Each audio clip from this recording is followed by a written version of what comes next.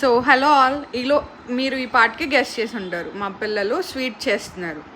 So దానికి కావాల్సినవి, so first బాండి పెట్టుకోండి, స్టవ్ ఆన్ చేసి. 1 కప్ పాలకి 1 cup coconut powder and 1/4 cup sugar add చేయండి. సో అవి దగ్గరకు వచ్చే వరకు స్టిర్ చేస్తూ ఉండండి. ఈలోపు మీరు ఒక చిన్న లైక్, సబ్స్క్రైబ్, షేర్ చేయండి. మరి కొత్త వీడియోస్ కోసం మీ పక్కన ఉన్న బెల్ ఐకాన్ని క్లిక్ చేయండి. Thank you viewers. మా పిల్లలు చెప్పినట్టు ఒక చిన్న like and subscribe and share కూడా చేయండి ఫ్రెండ్స్. సో ఆ థిక్ కన్సిస్టెన్సీ వచ్చే వరకు స్టవ్ లో ఫ్లేమ్లో పెట్టుకుని దాన్ని స్టిర్ చేస్తూ ఉండండి. సో వన్స్ మీకు థిక్ కన్సిస్టెన్సీ వచ్చాక వీడియోలో చూపిస్తున్నట్టు, సో ఈలోపు మనం డబల్ బాయిల్ చేసుకున్న చాక్లెట్ని కూడా పక్కన పెట్టుకోండి.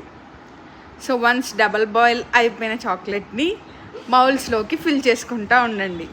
సో ఈ మౌల్స్ మా పిల్లలు ఈ చాక్లెట్స్ కోసమే ఐకియా నుంచి తెప్పించారండి.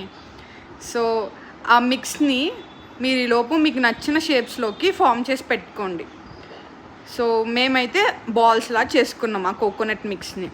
సో చాక్లెట్ వన్ లేయర్ వేసి దానిపైన ఈ కోకోనట్ బాల్స్ని ఫిల్ చేస్తున్నాం.